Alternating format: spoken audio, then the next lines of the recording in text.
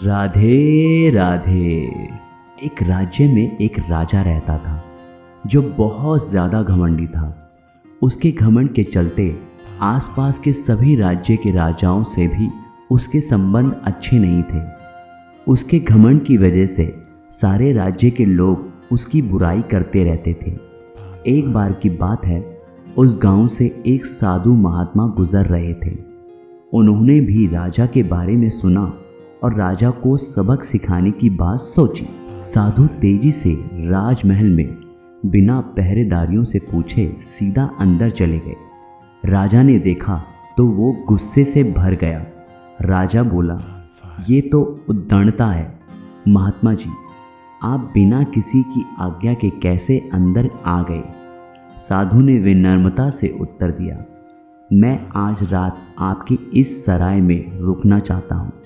राजा को ये बात बहुत भी बुरी लगी और वो बोला, महात्मा जी, ये मेरा राजमहल है, कोई सराय नहीं, कहीं और चले जाइए। साधु ने कहा, राजा साहब, तुमसे पहले ये महल किसी का था?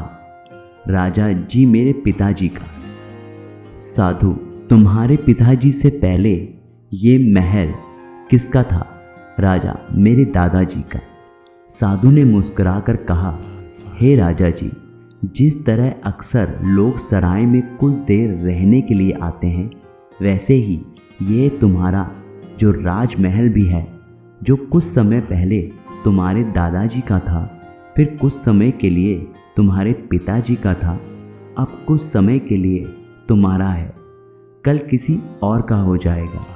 ये राजमहल जिस पर तुम्हें इतना घमंड हो रहा है, ये एक सराय ही है जहाँ एक व्यक्ति कुछ समय के लिए आता है और फिर चला जाता है। साधु की इन बातों से राजा इतना प्रभावित हुआ कि सारा राजपाट और मान सम्मान छोड़कर साधु के चरणों में गिर गया और महात्मा जी से क्षमा मांगी और फिर उसने कभी घमंड ना करने की शपथ ली। मित्रों, ये कहानी मात्र नहीं है, बल्कि इस कहानी में एक बहुत बड़ी सीख छुपी हुई है। ये दुनिया एक सराय के समान है, पर लोग रोज आते हैं और कुछ लोग रोज जाते हैं।